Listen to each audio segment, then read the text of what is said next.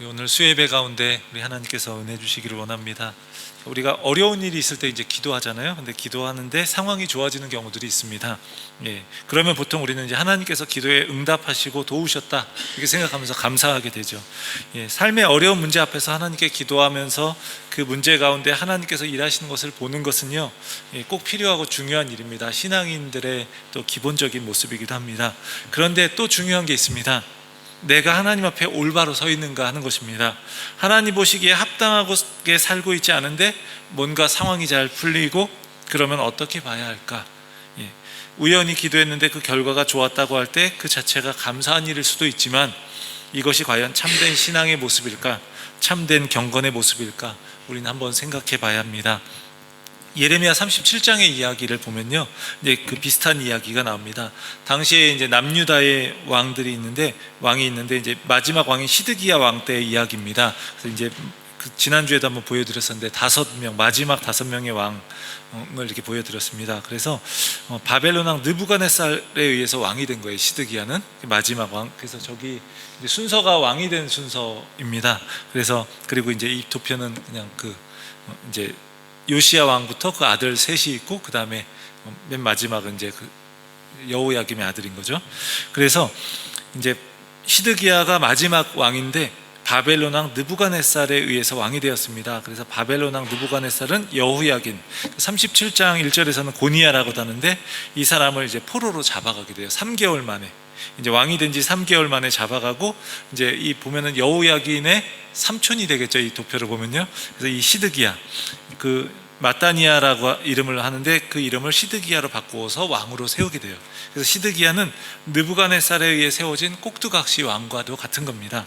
그래서 마지막 왕, 유다의 마지막 왕으로 세워졌는데 이 시드기야 왕 때 유다의 신앙의 모습이 어떠했는지는 37장 2절에서 단적으로 표현해 주고 있습니다. 그와 그의 신하와 그의 땅 백성이 여호와께서 선지자 예레미야에게 하신 말씀을 듣지 아니하니라.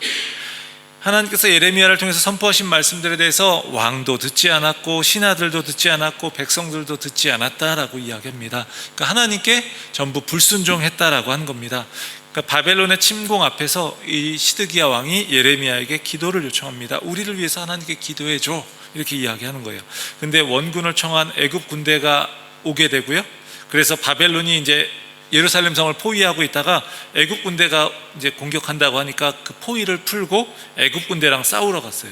그러니까 상황이 좋아진 거죠. 예레미야에게 기도를 요청했고 이런 일이 일어나니까 마치 이게 기도 요청에 대한 응답처럼 여겨졌을 겁니다. 그래서 그들은 선포된 하나님의 말씀에 굉장히 불순종하고 있었는데 기도를 부탁했고 그들이 원한 결과대로 바벨론 군대가 잠시 물러갔어요. 그러니까 이건 하나님이 하신 일이다 라고 생각할 수 있는 겁니다.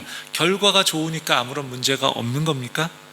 잘못되고 위선된 이런 종교적인 행위와 이 긍정적인 결과가 합쳐지면요, 거기서 더 큰 재앙이 될 수 있는 겁니다. 왜냐하면 일이 잘 되어 가니까 내가 하나님 앞에 바로 서 있는 것 같아 라고 생각할 수 있어요. 그래서 죄를 죄로 인식하지 않고 하나님께로 돌아올 수 있는 그 기회를 맞게 되는 것이에요. 그렇기 때문에 내가 하나님 앞에 바로 서 있지 않는데 그런데 모든 일이 잘 풀리고 그리고 그렇게 기도했더니 응답되고 이러면요, 좀 문제가 있는 거예요. 예레미야는요, 이들의 헛된 희망에 함께하지 않습니다. 그 37장 7절부터 10절까지의 그 이야기가 그것을 말해줍니다. 오늘 본문에 이제 띄우지는 않는데요, 정리하면 이렇게 이야기하는 거예요. 애굽 군대는 이제 물러갈 것이고 다시 바벨론 군대가 와서 이 성을 불살할 것입니다. 그러니까 스스로 속여서 바벨론이 물러갈 것이라고 말하지 말라, 이렇게 이야기를 해요. 그래서 10절의 이야기가 그 일이 분명히 일어날 걸 아주 잘 보여줍니다. 세 번역으로 보겠습니다. 너희를 공격하는 바빌로니아 군대 전체를 너희가 물리쳐서 오직 부상병들만 남긴다 하여도 그들은 각자의 장막에서 떨치고 일어나 나와서 이 도성을 불질러 버릴 것이다, 이렇게 이야기해요. 예레미야는 이렇게 말하는 거예요. 안타깝지만 이 성읍의 운명은 이미 정해졌습니다. 애굽이 온다고 해도 소용이 없습니다. 바벨론이 다시 올 것이고 당신은 이 운명에서 벗어날 수 없습니다 예레미야가 전하고 있는 메시지는요 항상 동일합니다. 예루살렘 성이 무너지는 것은 이 바벨론과 유다의 군사력의 차이 때문이 아닙니다. 바벨론 군대를 유다 백성들이 쳐서 심지어 그들이 부상병만 남는다 할지라도 이들이 또 일어나서 성을 불살을 것이다. 이 말 속에서 이것은 하나님이 하시는 일이다라는 것을 보게 되는 겁니다. 지금 기도가 응답된 것처럼 보이고 하나님이 바벨론 군대를 물러가게 해주신 것처럼 보이지만 그것은 거짓된 희망이다라는 거예요. 그게 곧 드러나게 될 것이라는 겁니다. 바벨론의 공격 뒤에는 그들을 심판하시는, 유다 백성을 심판하시는 하나님이 서 계시기 때문에 그렇습니다. 그래서 오늘 본문의 이야기는요, 바벨론 군대가 애국 군대로 인해서 잠시 예루살렘의 포위를 풀고 떠났을 때 그때의 상황을 이야기합니다. 한숨 돌리게 된 상황인 거예요. 그때 예레미야도요, 예루살렘 성을 잠시 떠나서 자신의 고향이었던 베냐민 땅을 잠시 다녀오려고 하고 있어요. 그 이유가 12절에서 나옵니다. 분깃을 받으려고. 그러니까 상속 재산에 대해서 서류 처리 같은 것을 하려고 이제 잠시 예루살렘을 떠나서 이 베냐민 땅으로 가려고 하는 겁니다. 근데 베냐민 문에 이르렀을 때 이리야라고 하는 문지기 우두머리 수문장이 이제 예레미야를 체포하는 겁니다. 그 이유는 바벨론에 항복하러 나간다라고 하는 거예요. 그러니까 이런 겁니다. 예레미야가 계속해서 바벨론에게 항복해야 된다 계속해서 외쳤으니까 그가 보기에는 이 틈을 타서 바벨론에게 투항하러 가는 것으로 오해를 하는 거예요. 이미 바벨론 군대는 다 철수해 버렸는데 예레미야가 바벨론에게 항복하러 간다라고 하는 것은요, 좀 맞지 않는 이야기일 텐데 이미 악의적인 의도를 가지고 있는 겁니다. 그동안 외쳐왔던 예레미야의 심판의 메시지가 싫었기 때문에 그를 이제 감옥에 가두기 위해서 이제 그를 붙잡아 버리는 거죠. 이리야가 예레미야를 고관들에게 끌고 갔고요, 고관들이 예레미야를 때리고 서기관 요나단의 집에 가두었다라고 하는데 이게 뚜껑 씌운 웅덩이라고 이야기를 하고 있습니다. 그러니까 집 형태의 이제 수조와 같은 겁니다. 그림을 한번 보여드리겠습니다. 그래서 이제 집이나 밭 같은데 이렇게 웅덩이가 있는데 비가 올 때 막 물을 이제 모으는 거예요. 물 저장 탱크 같은 거죠. 그래서 가나안 땅이 이제 대체로 석회질 이런 이어서 구덩이를 파서 물을 이제 가두려고 하면은 물이 다 빠져나가 버리는 거예요. 그렇기 때문에 쓰는 방법이 있는데 벽에 진흙을 발라서 물이 빠져나가지 못하게 하고 물을 저장하는 겁니다. 그래서 물을 이제 가득 채워서 이제 필요할 때 쓰는 거죠. 그렇게 쓰다가 물이 채워져 있다가 물을 이제 퍼내고 쓰다 보면 어떻게 되죠? 진흙이 녹아내릴 겁니다. 그래서 바닥에 조금씩 쌓이게 될 거예요. 그래서 건기 때 이제 비가 오지 않고 이럴 때 좀 이렇게 건조한 때 밑바닥에 쌓인 진흙을 다시 또 벽에 이렇게 발라주고, 그래서 이제 우기 때 비가 올 때 웅덩이에 다시 물을 또 채워서 저장 탱크에 채워서 사용하는 겁니다. 근데 그 예레미야가 지금 이 웅덩이 속에 갇히게 된 거예요. 여기에 가두고 이제 있는 겁니다. 고관들이 예레미야를 붙잡아서 왕에게 아뢰지도 않고 이제 그를 가두었어요. 이게 보여주는 건요, 시드기야 왕의 왕권이 굉장히 미약하다라는 걸 알 수 있습니다. 왕권이 미치지 않는 범위 내에서 자신들이 그렇게 감옥을 만들고 있는 거예요.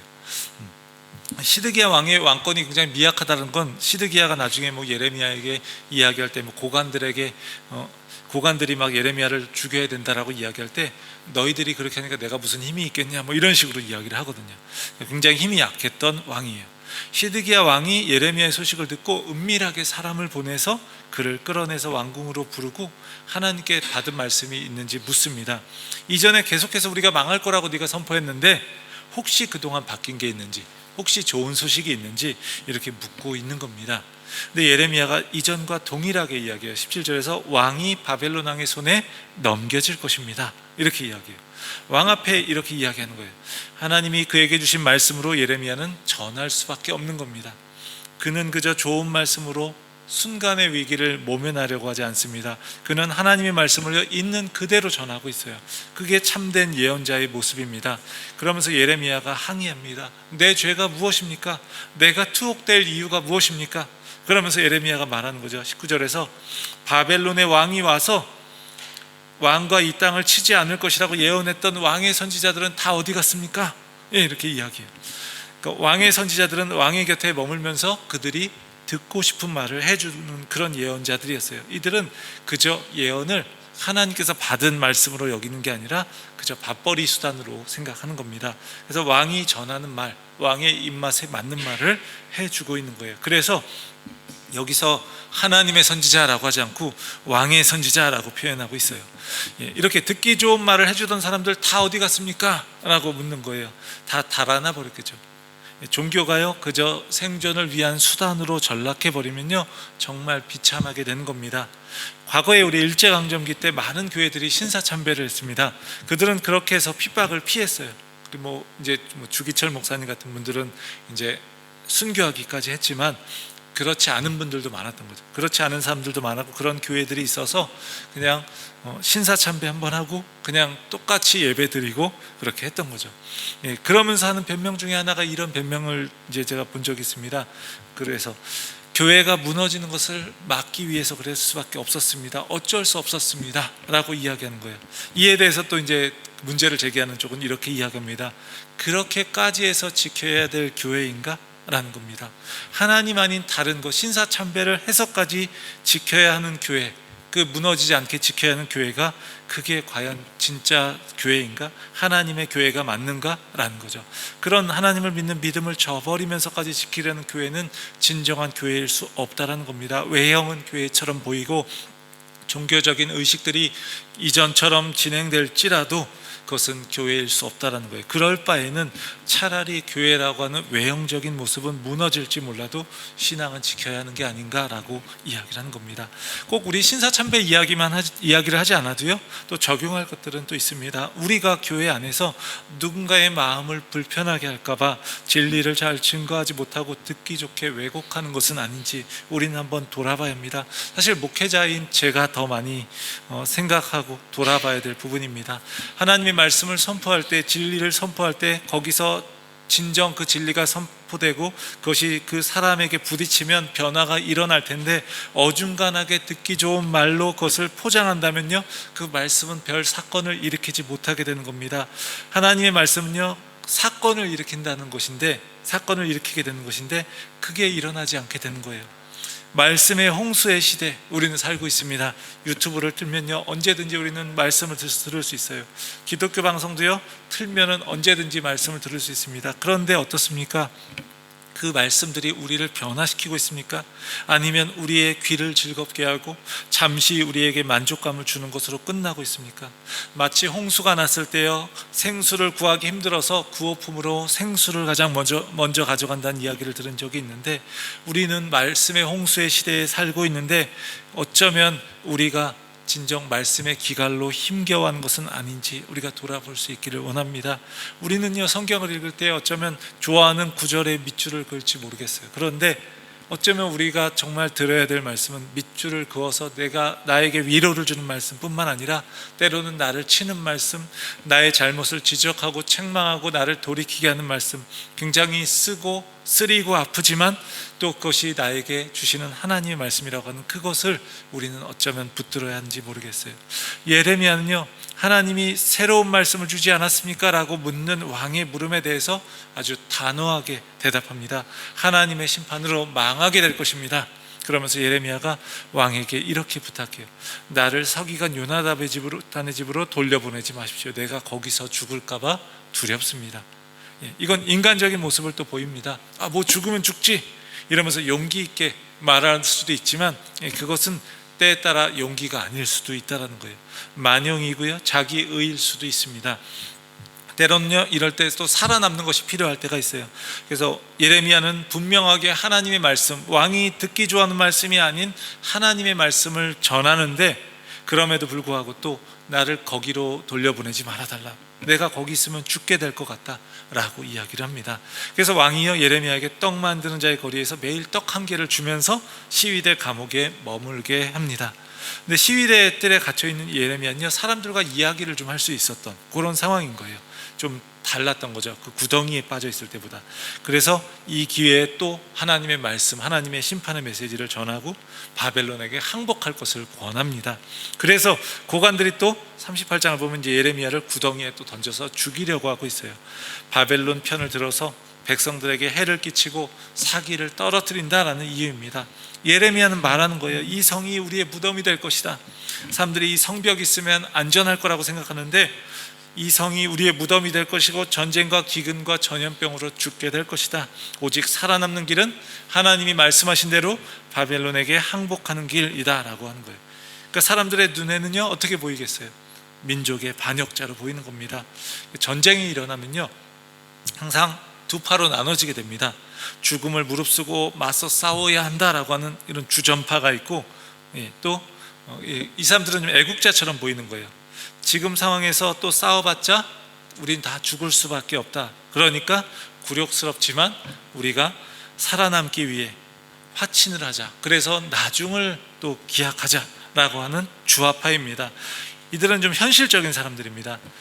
우리나라도 이제 조선시대 때 그런 적이 있었죠. 청나라의 공격을 받았던 그 병자호란때 이런 일이 있었습니다. 오랑캐에게 굴욕스럽게 항복하느니 끝까지 싸우다가 죽자라고 선택하는 그것을 택하자는 사람들도 있었고요. 지금 우리가 싸워봤자 우리는 죽을 수밖에 없고 나라는 망할 수밖에 없다. 그러니까 굴욕스럽지만 화친을 하고 나라를 보존하자라고 했던 그런 사람들도 있습니다. 그래서 결국은 화친을 하자는 쪽으로 기울어서 인조임금이 청나라에게 항복하고 세자도 그 왕자도 또 많은 백성들이 청나라의 볼모로 끌려가게 됐었죠. 남한산성 영화에 보면 서로 이제 그 나옵니다. 김윤석 배우랑 그 이병헌 배우가 이렇게 서로 이렇게 대립돼 가지고 계속해서 그들이 이야기하는 장면이 계속해서 나오는데, 그렇게 전쟁이 일어나면 이렇게 나눠지게 되는 거예요. 특히 싸움이 이제 불리하게 되었을 때. 근데 문제는 주전파가 목소리를 높이게 되면 이 화친을 하자는 주화파는 반역자처럼 보일 수밖에 없는 겁니다. 그래서 예레미야는요, 그 애국자들이 보기에는 이제 민족의 반역자로 보이는 거죠. 물론 이들은 애국자도 아니었어요. 자신들의 기득권을 위해서 그렇게 하는 사람들이었어요. 그런데 결국 이렇게 예레미야는요 구덩이에 또 던져지게 됩니다. 고관들이 죽이라고 하니까 아까 말씀드린 것처럼 이 시드기야 왕은요 힘이 없습니다. 굉장히 유약한 모습이에요. 그래서 5절을 보면 그 모습이 나타납니다. 보라, 그가 너희 손안에 있느니라. 예레미야가 너희 손안에 있느니라. 왕은 조금도 너희를 거스를 수 없는지라. 이렇게 너희들을 예레미야가 너희들 손안에 있으니까 너희가 알아서 해. 나는 너희를 거스를 수 없어. 왕이 할 말이 아닌 것 같아요. 근데 왕이 그만큼 힘이 없는 거죠. 우리 이 장면을 보면은 좀 떠오르는 신약의 인물이 있습니다. 빌라도가 막 이제 군중들이 예수님을 십자가에 못 박게 내어달라고 할 때 손을 씻으면서 이건 나한텐 책임이 없어 딱 이렇게 이야기하잖아요. 그러면서 그냥 넘겨주잖아요. 그래서 이건 예수님이 죽는 건, 예수가 죽는 건 너희 책임이야 라고 했는데, 결국은 물론 그들도 책임이 있었지만 빌라도는 책임이 없었나요? 우리가 사도신경을 보면은 그렇게 이야기하잖아요. 본디오 빌라도에게 고난을 받으사. 세계 모든 기독교인들이 신앙 고백을 하는데 예수님이 고난 받으신 것이 본디오 빌라도에게 고난을 받으사, 이렇게 이야기해요. 그러니까 진리를 위해서 자신을 위해서 진리를 버린 이 빌라도, 그 이름이 계속해서 기독교 역사에서 오명으로 남는 모습이에요. 시드기야 역시도 이렇게 우유부단하게 예레미야를 내어주고요, 그렇게 하는 거예요. 그리고 그 하나님의 말씀을 거역하고 불순종하는 겁니다. 예레미야가 갇히게 되는데 그가 갇힌 곳이 어떠했는지 6절에서 보여줍니다. 그들이 예레미야를 끌어다가 감옥들에 있는 왕의 아들 말기야의 구덩이에 던져 넣을 때에 예레미야를 줄로 달아내렸는데 그 구덩이에는 물이 없고 진창뿐이므로 예레미야가 진창 속에 빠졌더라. 인터넷에서 이 그림을 하나 이제 가져왔어요. 그 예레미야가 빠진 그림을 좀 우리가 그냥 글만 보는 것보다 그림을 보면 좀 나을 것 같아요. 근데 이 그림인가요? 다른 그림이 없나요? 제가 다른 그림이 없나요? 이렇게 좀 진창에 빠져 있는 모습입니다. 그러니까 그러니까 진흙이 막 이제 물을 쓰다 보면 흘러내린다고 했잖아요. 그래서 밑바닥에 진창이 이렇게 있는 거예요. 그 진흙이 녹아내려서 밑바닥에 고이면 이제 막 사람의 가슴까지 오고 막 그러는 거죠. 그리고 거기 사람이 들어가 있다 보면 얼마나 버틸 수 있을까요? 얼마 못 갈 겁니다. 다리에 힘이 빠지면 이제 죽게 되는 거예요. 굉장히 이제 절박한 상황에 있는 겁니다. 그리고 어떤 경우에는 굉장히 깊으면 막 그 키보다 훨씬 더 높은, 그래서 점점 진흙에서 빠져 들어가면 늪에 빠지듯이 이렇게 빠져 들어가다 보면 이제 죽을 수도 있는 위험에 있는 겁니다. 물이 없어도 이제 진흙이 밑바닥에 고여 있다 보니까 굉장히 위험하고요. 또 먹을 것이 없으니까, 먹을 것도 안 줬으니까 결국은 굶어 죽을 위험도 있는 겁니다. 그러니까 예레미야의 운명이 지금 경각에 달려 있는 상황에 있어요. 그런데 이제 어떤 일이 벌어질까요? 하나님이 위기 속에서 돕는 사람을 지금 보내주고 계십니다. 왕국 내시인 구스 사람 에벳멜렉이라고 이야기합니다. 이 에벳멜렉, 이름의 뜻은요, 에벳은 섬기는 자이고요, 멜렉은 왕이란 뜻입니다. 그러니까 이게 이름인지 아니면 왕을 섬기는 자라는 것을 표현하는 건지는 정확하게 나오지 않지만, 이 에벳멜렉이라는 사람이 에디오피아 사람이죠. 이 사람이 예레미야를 구덩이에 던져 넣었다는 이야기를 듣고 왕에게 가서 말하는 거예요. 9절에서 내 주 왕이여, 저 사람들이 선지자 예레미야에게 행한 모든 일은 정말 악한 일입니다. 그러니까 그를 구덩이에 던져 넣었으니까 그가 이제 굶어 죽을 겁니다. 뭐 이렇게 이제 이야기해요. 당당하게 이야기를 합니다. 그러니까 이제 왕이 에벳멜렉에게 가서 지시해서 30명 데리고 가서 예레미야를 구해라고 이야기하고요.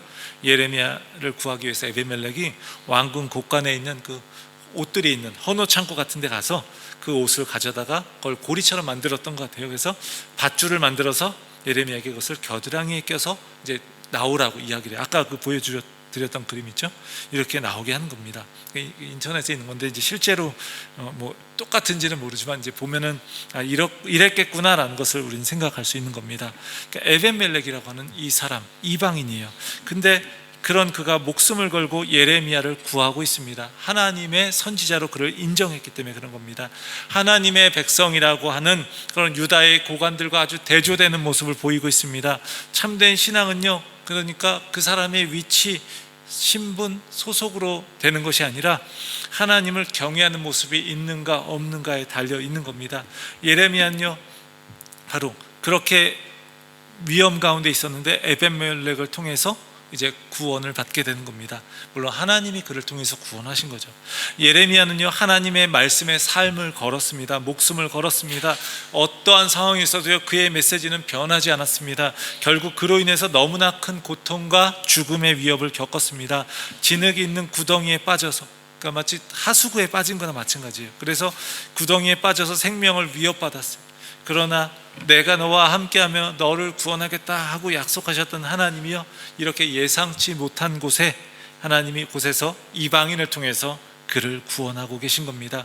아마도 예레미야도 그 진흙 속에서 하나님께 기도했을 겁니다. 그 기도의 내용이 나오진 않지만 그 역시도 간절히 부르짖지 않았을까요?